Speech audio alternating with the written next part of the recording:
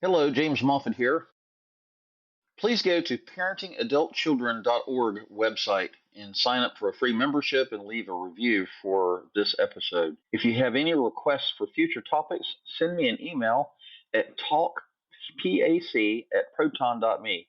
That's talkpac@proton.me. Please share this podcast with your friends and family. Now for today's guest interview.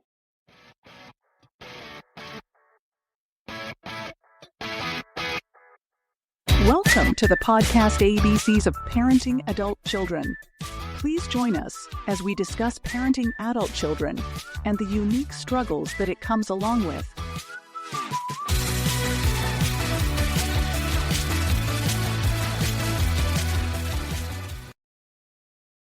Hello and welcome back to ABCs of Parenting Adult Children. I'm your host, James Moffitt. This is the podcast where we explore the joys and challenges of parenting our grown-up kids with wisdom, patience, and a little bit of humor.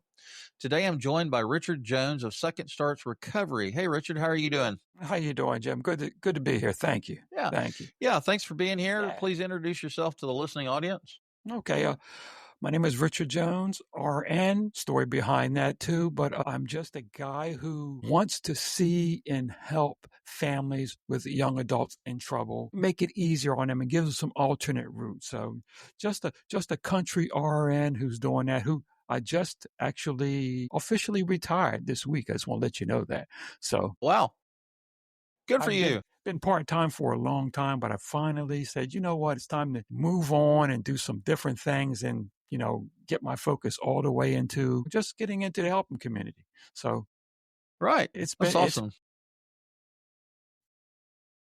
So Richard is helping the families of young adults at risk, in trouble, or in transition to adulthood without guilt, shame, or blame. Okay. Now, I wanted to, and I always like going over that because I think it has some component parts to it that needs to be broken down. First of all, the families of young adults. Now, obviously, we're talking about parents, if we have it. We're talking about mentors. We're talking about community. We're talking about anyone who has contact or involvement with the young adult. That's who we're looking for. When I say at risk, you'll understand all the pitfalls that's around all our young adults right now. Some more than others, depending on your community or resources or whatever. So it's all different types of levels, but some at risk, meaning that they haven't fallen into deep trouble yet, but you can clearly see a path. You know what I mean? And I think one of the things I really like to get people to understand is that this has to be a proactive thing. In other words, we've got to look ahead and not be afraid to step forward. So many times I find that families and young adults, we wait for trouble to get here. We can see it on the horizon. But we're reactive instead of proactive. Right. And in this game, that's lost the ground that is so valuable in this game. So I like to make it very clear that risk, in my opinion, it's a big thing. In trouble speaks for itself.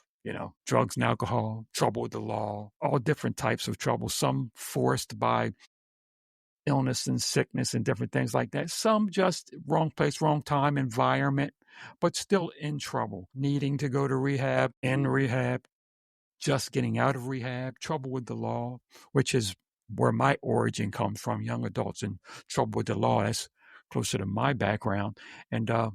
And there's also mainly the thing, and I see this, and especially in a lot of the posts in your group, it's just a rocky transition into adulthood. Sometimes that in itself, it's that rocky part allows now some of the at risk and some of the trouble things to seep in because, crossing that threshold can be very rocky. As I don't have to explain that to anybody listening to this podcast, it's hard for everybody. So those three things put together is where I focus my attention and sort of try to build processes and programs to get families through that, not just in a better way, but I like to think of it as a knock it out of the park, lights out way. I think it's an opportunity. I look at it as an opportunity. as much distress as it brings family, I look at it as an opportunity. So it's an opportunity. Well, I think one of the problems that some families are facing is that we have young men who don't have a father figure in the family. Uh-huh. They don't have Right. that strong father figure, mentor, Yes. role model in their lives. And there's statistics out there that basically states that the single mother families, that there's not a father role model. And this is not dissing single mothers, because they've Right. got Exactly. they have a huge role. They have a huge load on their plate. And, I think they do the best they can with what they have.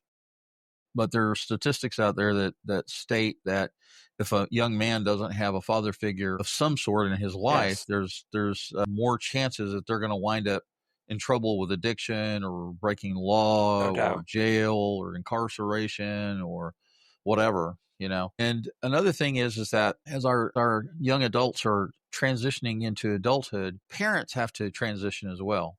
In other words, Yeah. and we're talking 18 to 30, and we're Yes. talking about parents transitioning from the parent-child relationship Right. to that of a support person or a mentor. Right. And I think a lot of parents have a hard time recognizing that, especially if they're still under your roof. You spend 18 years teaching them life skills and your values, your morals, your religious Right. beliefs, all of that stuff. We pass all this stuff along to our children in hopes that they will be, good humans, good solid citizens in the community, right? Right. And so I think that especially while they're under our roof, we kind of miss that window of opportunity to transition with our adult children. And that's understandable because, Yes. it's like every day is just another day, right? And Right. so, but anyway, we do talk about on this podcast about the importance of parents understanding that they need to transition as smoothly as possible into the Yes.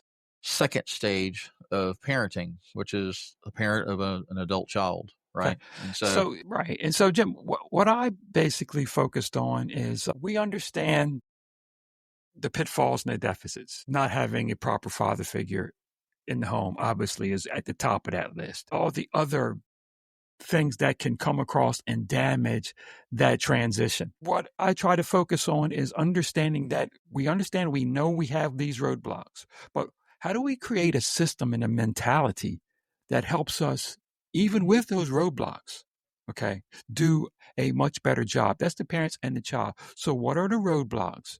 And how do we now create an experience that helps with that? How do we make it so that that young adult who doesn't have that father figure, how do we get them that leg back up? Because we don't have necessarily control or as much control as we would like in some of these deficits. So what do we build? How do we build a person? What do we do to build a person and a parent-mentor complex that is better able to deal with that and still not have to lose out on the benefits of becoming a great adult? Well, how do we bridge that gap? And that's what I spent a lot of time doing. What did we do? Being an RN for all these many years, I realized a couple things. And this goes to not just my story, but my experience. I learned that we have a lot of professionals. I've always leaned on the professionals to help me with my patients. Okay. Psychologists, doctors, social workers, everybody leans on that experience. I mean, everybody helps out with that. We work as a team, you know what I mean? And what I've seen is that there needs to be a mind shift change with a lot of us adults with the younger people. There's a slight mind shift change that needs to take place. I believe in the medical complex to a great degree. I won't say 100%, but to a great degree. And I believe that it is a tool, just a tool. In other words, I think that parents and people who work with young adults have fallen into a controlled or a sense of helplessness by all the help that is out there. In other words, as soon as the help comes, we defer to the help. I like to think of it as treatment versus transformation. In other words, I think that the transformation should be put up front. In other words, what are we changing? How are we changing it versus the treatment? Use the treatment for just a tool. And I think I found out that works pretty good when we can start to change that mindset and let everybody involved understand that, listen, we understand you got deficits. There's all types of deficits. It may have a drug and alcohol program. You may have a lack of parental support in one particular area. These things are part of life. Some of us are more fortunate, or less fortunate, but I've never saw that as a reason to lose young people. So I made it my mission to figure out, how do I go get the young person who doesn't even have a father figure? They don't have a mother figure. Okay. They don't have anything but bad figures. I learned this from working in a correctional facility for years. What do I do with this guy? Are they just lost? And I said, at first, and this goes to, back talking to my experience, when I first started in that position, I was just like everybody else. I saw a kid come into my care, and I said to myself, he ain't going to make it. First of all, I know his dad, okay? I know his uncles. I know his background. I see what trouble he's been in. Okay, let's just do the best we can. But as I got more experience working with young people, I realized, wait a minute, that doesn't have to be the be-all, end-all of it. And there are some things that we could do, actually, right now with what we have here, in order to increase those odds greatly.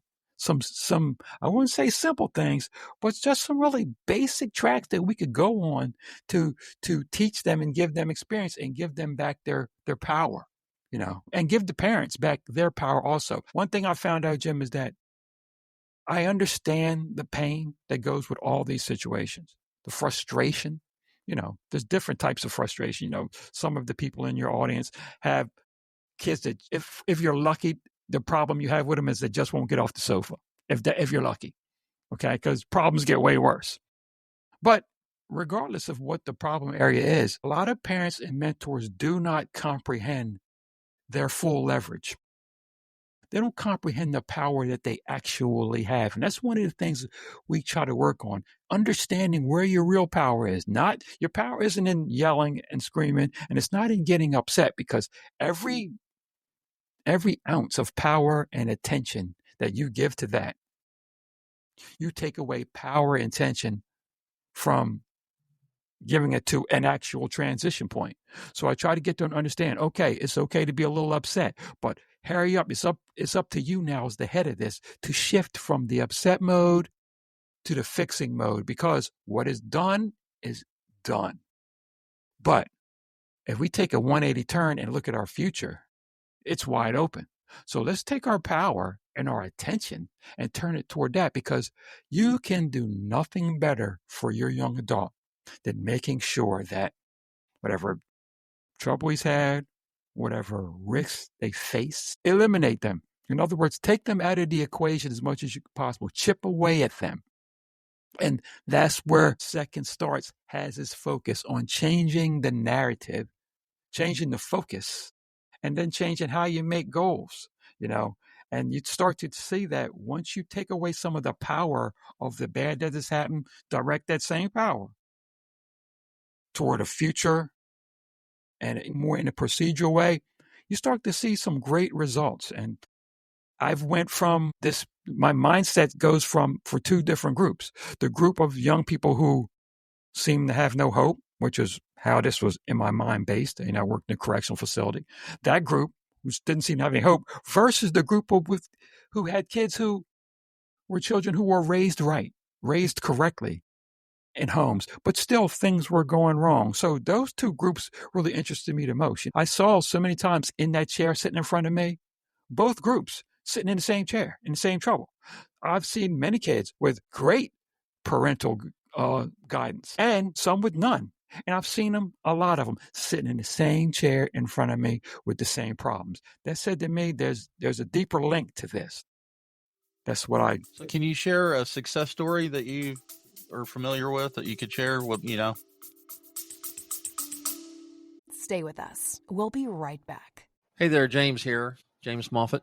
I wanted to let you know about our current sponsors. These people sponsor the podcast financially and helped to underwrite the cost of producing this podcast. And I want to say thank you to them. So Michael Evan Blair is with whenindoubt.spinitout.com. Richard Jones is with secondstarts.com. Addiction Recovery Program. Jonathan Nall, he's the author of Final Approach or finalapproach.com. Kenny Dupar, author of Scoundrels in Iraq. Scott Yamamura, author of Financial Epiphany. Mary Toko is a vocal advocate for vaccine education and parental rights. Andrew Ryan Profashi is a cult and cancer survivor and the author of The War on Love. Melissa Crook is a podcast guest, and she is the insightful and compassionate host of the Feel, that's F.E.E.L. podcast. All right. Thank you for listening to this. And now back to your feature presentation. Well, not to say a specific person, but specific situations. Okay. And the situation is this, Jim. Run into a lot. Okay, let me take you back. I got this little story I'd like to tell you, but it basically encapsulates why I even do this. So I think that will help. Like I said, when I first went to the facility, I had a certain idea on how things should go, who was going to be able to do what, because of their circumstances. We all know that circumstances, breed what you're going to get out of a person.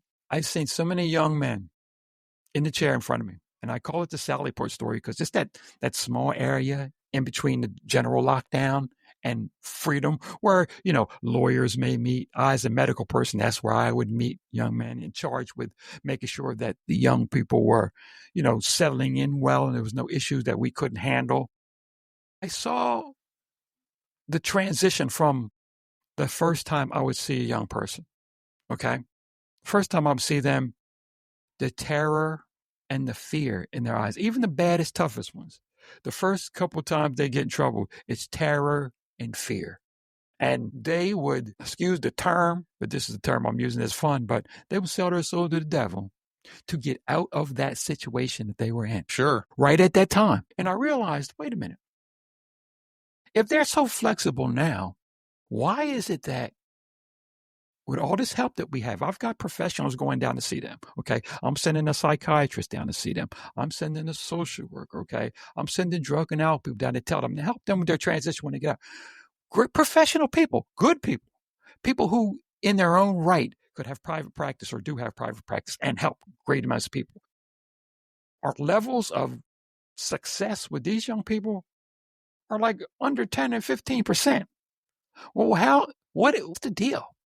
So I realized that there had to be a better way to get, or not, for me not to see that same individual now come back time number 2, time number 3, time number 4. But by the time they get down to 3 and 4 and 5, Jim, guess what?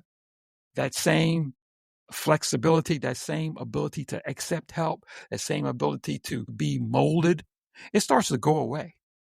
We start to lose it.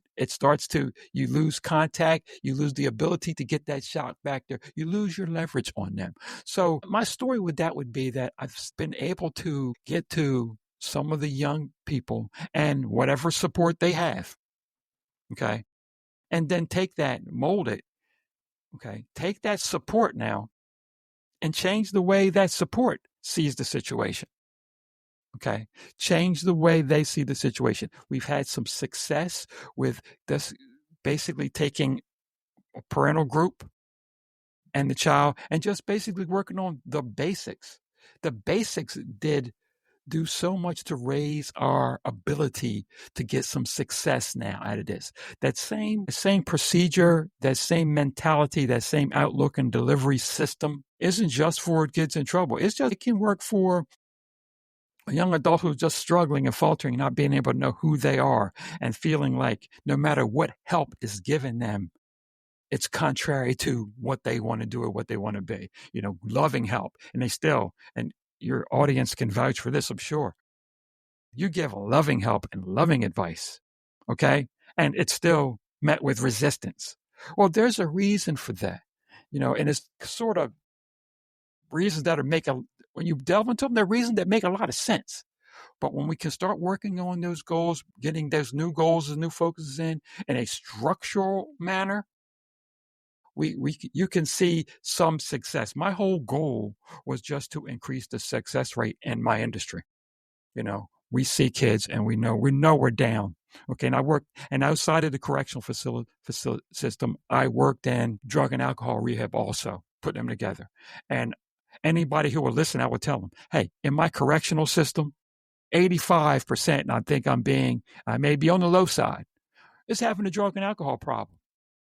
Okay. And I'm not necessarily talking about the kind of drug and alcohol problem that requires rehab. This is the kicker, Jim. People don't want to understand this. Just because you're a young adult does not require rehab. They're not on the street. They're not spending all their money. Just because they don't do that, that does not mean that they're not adversely affected by some of the things that they do in that area. And we got the family to understand that. There are things that we have to address, regardless of whether or not you're addressing them in a life-saving manner. And some of those things, as we come together, I think that's where we've been able to find some success. Just turning around the mindset, pushing in a new set of really basic habits, for the adult and the children. And we see now, you start to see progress in all the other areas that you're trying to help in. So it's about increasing absorption, and it's about understanding, seeing, and recognizing distraction. Okay? There's a lot of distractions, but when we bring those distractions to the young person's, consciousness, most of the distractions just come by and they're on you, and people don't even understand what distractions they're experiencing, because they're on them so fast and they're so used to it.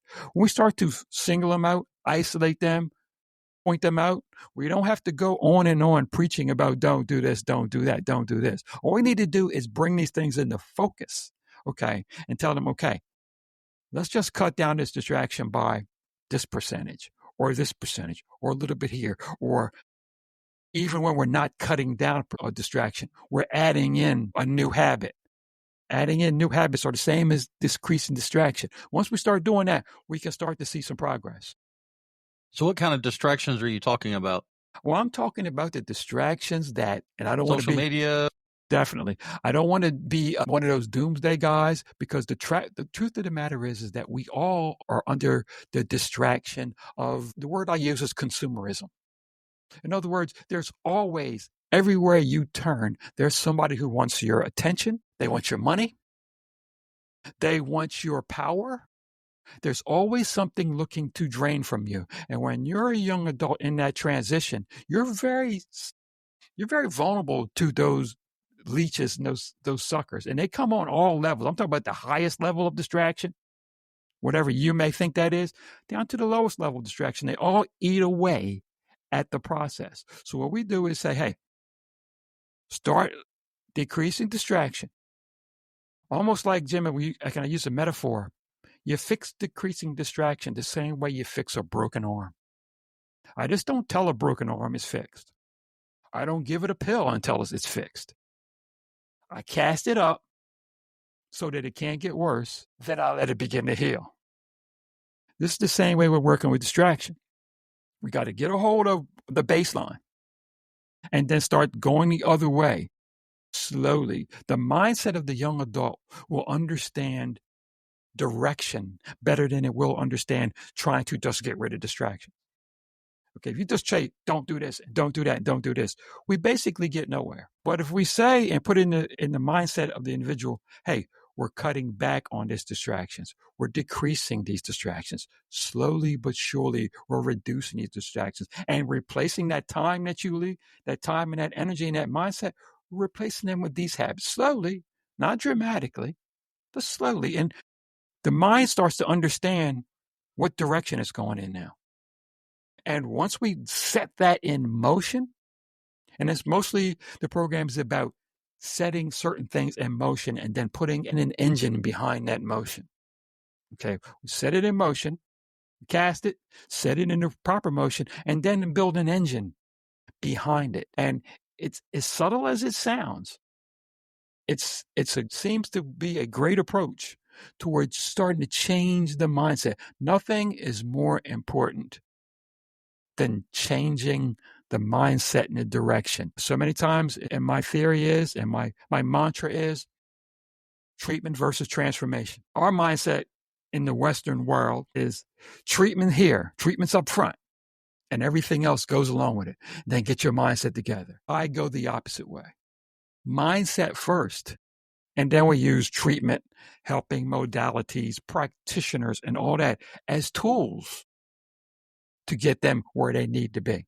Because once you get that young adult where they need to be, that's where you go. And fact of the matter is, all of us, myself, yourself, everybody that's, listens to your podcast, what we really want, we want for our young person or child to be, in blanket statement, we want them to be okay. Okay? We want them to be okay. We want them to be healthy. Secondly, and just as important, we want to be proud. We want to be proud.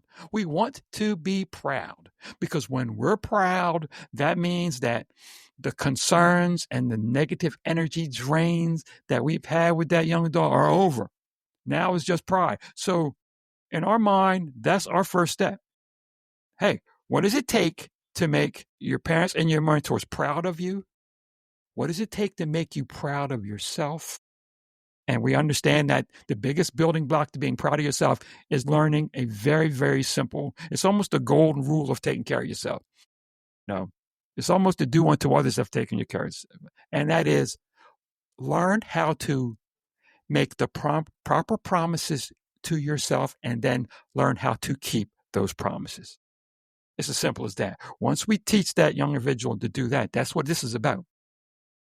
Learning how to make the proper promises to yourself, and then learning how to keep those promises. Everything else now, all other modalities, treatments, helps, advice, anything that you throw on top of that, it all starts to work better now. And we're starting to get our power back. We're starting to take our power from our treatments and our help, and we're starting to magnify that power.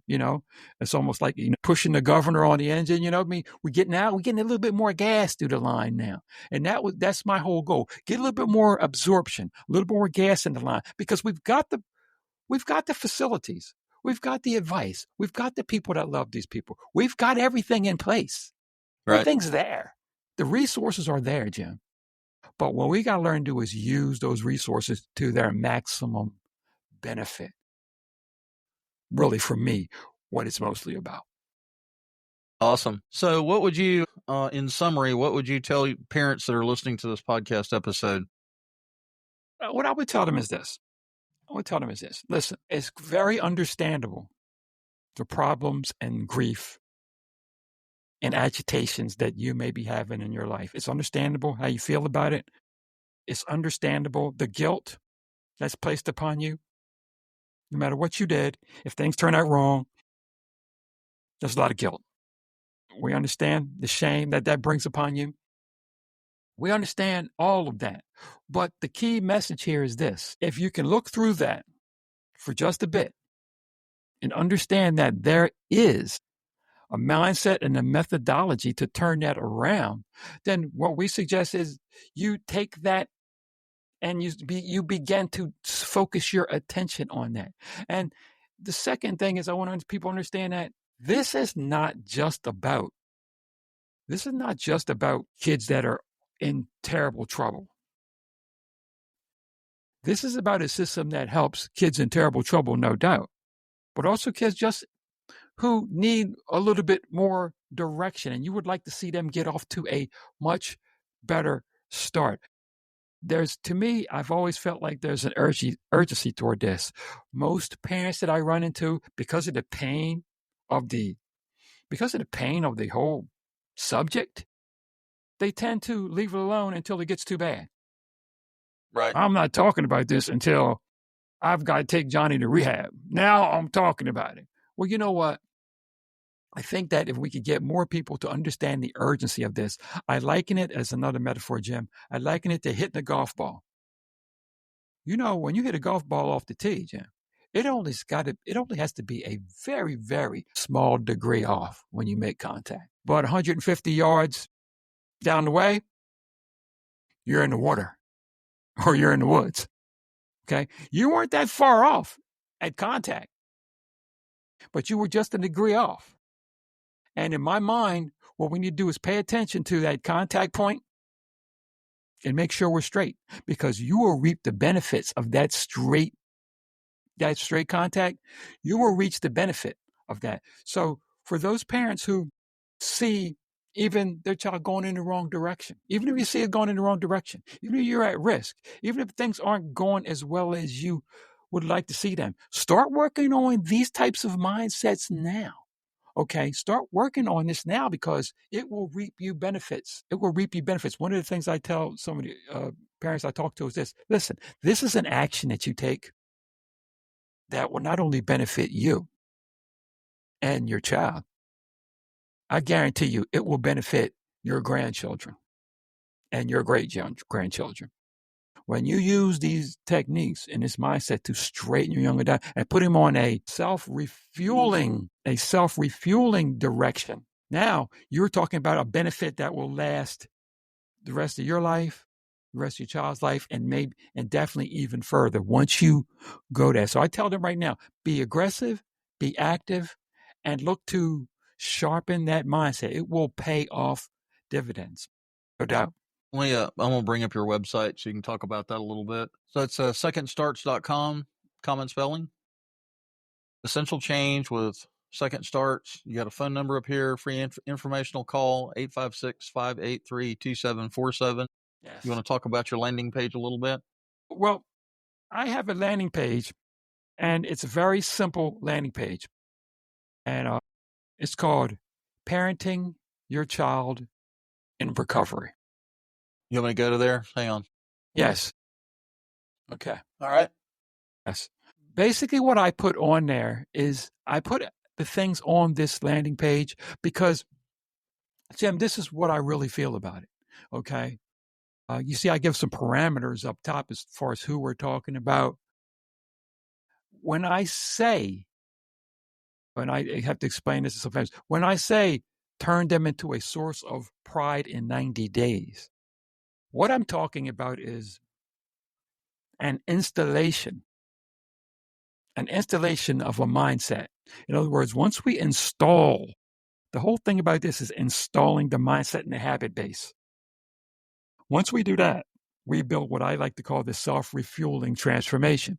In other words, of course I can't, or no one can take your child or your young person, put them in a room and give them this great information and they're going to come out fine. That's not the way it works.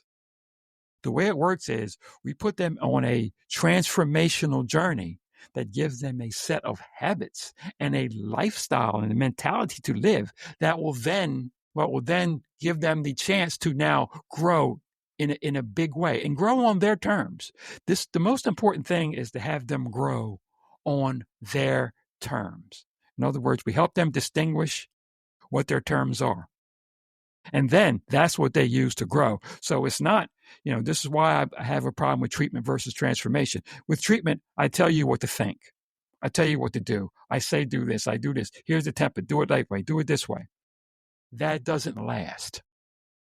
But what does last is we giving them a self-determined ability to transform. Now, this is a transformation. Now will go on for the rest of their lives.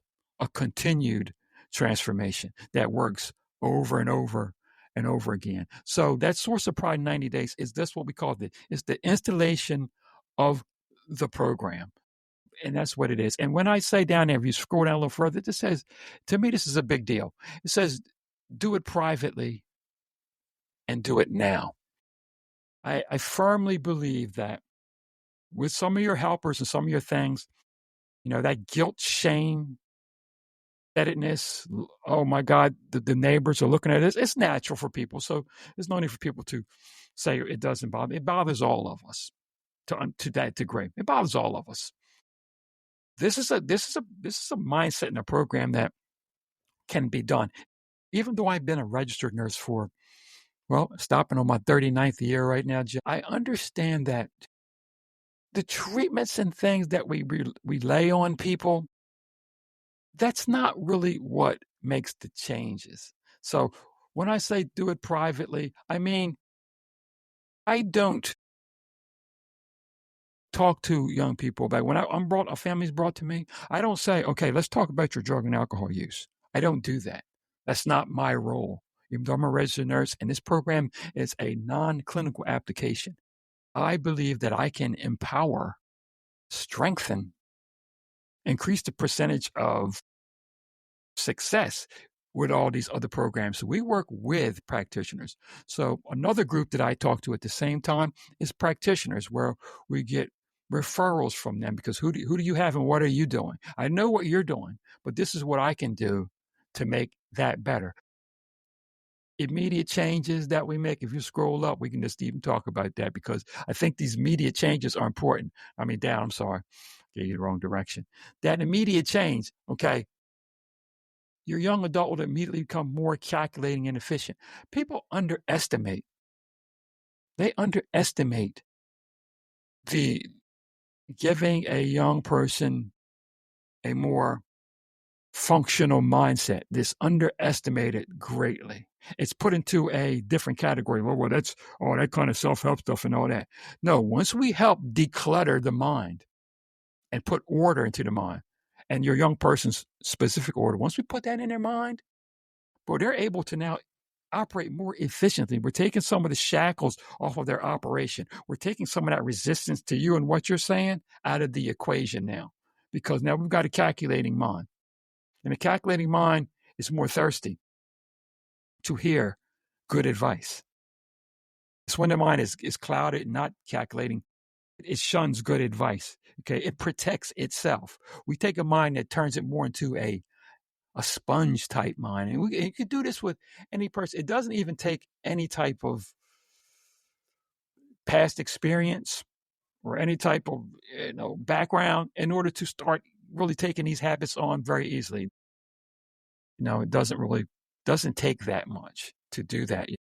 A real support network is very important, Jim, because the typical support network that we've had and dealt with are, you gather your brothers and your uncles and people that are close to the family, and they all sitting around talk about, this is terrible. What's happened? What can we do to support him? And everything and all that talk is in the mindset of what has went wrong. There's a place for that, but I firmly believe that place is strictly with the professionals that you work with. Family, a support network, it's not important that they deal with all of that. We leave that to the professionals. We would change the focus of the support network. What are they going to focus on? Well, they're going to focus on now and put their power and their influence and their leverage on where are we going forward? What's our milepost? What are we doing? And we're going to use that, change that mindset of the whole support network, okay? And, of course, with that young adult, we're going to change their mindset from receiving treatment or being told how wrong you were or living in your past or seeing all the things that's wrong with you. We're going to take that mindset. We're going to switch that, turn their head. It's another metaphor. When you was a kid and your mom or dad would grab your head and twist it and turn and say, look over here. That's the room you didn't clean up, or something like that, gently, but just to reinforce that focus. This is basically all we do. We just take their head gently and turn and say, oh, we want you to look here. Look at this. And we are now create something for them to focus on. And this is a process that's adoptable, repeatable, and it works for everyone. I happen to focus on young people and young adults because that's the area of focus that I worked in professionally most of the time.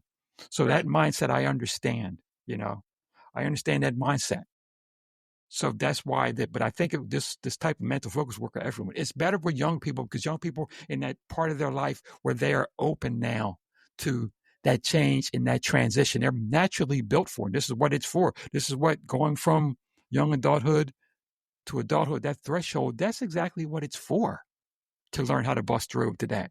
So this is the perfect time to initiate that type of mindset. Somebody asked me one time and say, well, and I get this question, obviously, what does this cost? I said, well, let me put it to you like this. I guarantee you this. It'd be whatever your charge. The result would be, I'm using the numbers of 10 or 15 times more, but actually the results would be priceless. Okay, these are the priceless results, because if you could get your young adult to change their focus and move in a positive direction. Truthfully, that's all we really want in life as parents. And, that's what we want in life. That's it. That's the holy grail of your children, having them go off in a direction that they're healthy, they're safe, and you're proud. Past that, you don't need anything else. You don't. So thanks, Richard. Yes. I appreciate that. So that's going to wrap up this episode of ABCs of Parenting Adult Children. I hope today's conversation gave you some encouragement and practical steps. Jim, before you go through, I just want to say one thing. Okay, go ahead. Being as that I have always been a follower of you and your program, and even as you and your wife are so gratefully allowed me to help out and be a sponsor. Anybody from your group that calls us, all consultations are free anyway. Well, anybody from your group, okay, we are going to offer some scholarship work.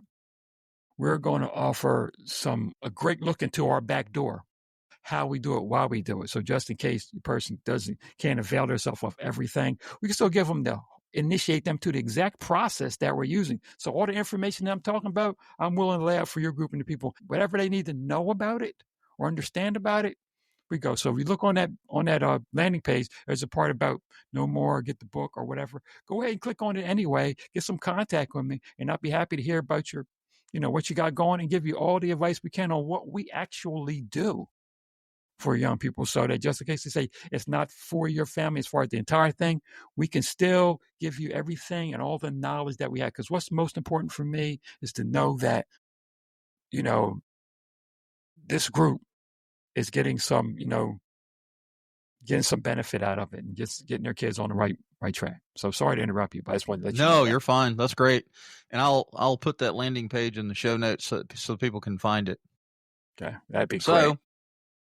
So that's going to wrap up this episode of ABCs of Parenting Adult Children. I hope today's conversation gave you some encouragement and practical steps you can try in your own family. If you found this helpful, would you do me a favor, hit that subscribe button, share this episode with a friend who's also navigating the parenting journey, and leave a quick review. It really helps others find this podcast. I'd also love to hear your stories. How are you working through these challenges with your adult children? Send me an email at talkpac@proton.me. That's talkpac@proton.me. Or connect with me on social media. Links are in the show notes. Thanks for listening. Thanks for the privilege of your time. Richard, thank you for being here. Thank you. Thank you for the work that you're doing. And remember, parenting doesn't stop when they turn 18. It just changes shape. Please tune in next week for another episode of our podcast on parenting adult children.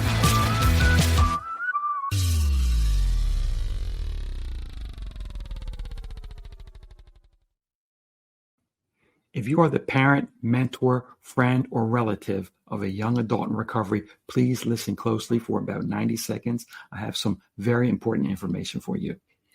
The current treatment system has become a revolving door, relapse-ridden mess with well under a 20% success rate. It doesn't matter who's measuring it. My name is Richard Jones, and I have spent the better part of my 38-year career working with the families of young adults in recovery. Now, I am talking about young adults, 17 to 25, with substance abuse issues or trouble with the law. They may need rehab, they may be currently in treatment, or they may be finishing a detox program. They may be heading toward jail or being released soon. Most recovery programs are forced and sterile. They ignore your child's natural strengths and abilities and their biggest advantage, you.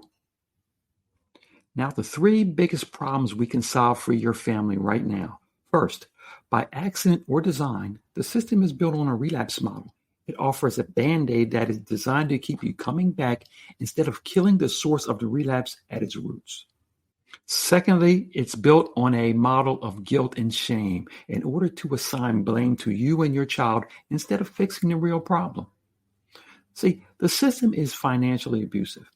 Tens of thousands of dollars that will not guarantee one result, just the promise that you can try over and over again if you live long enough.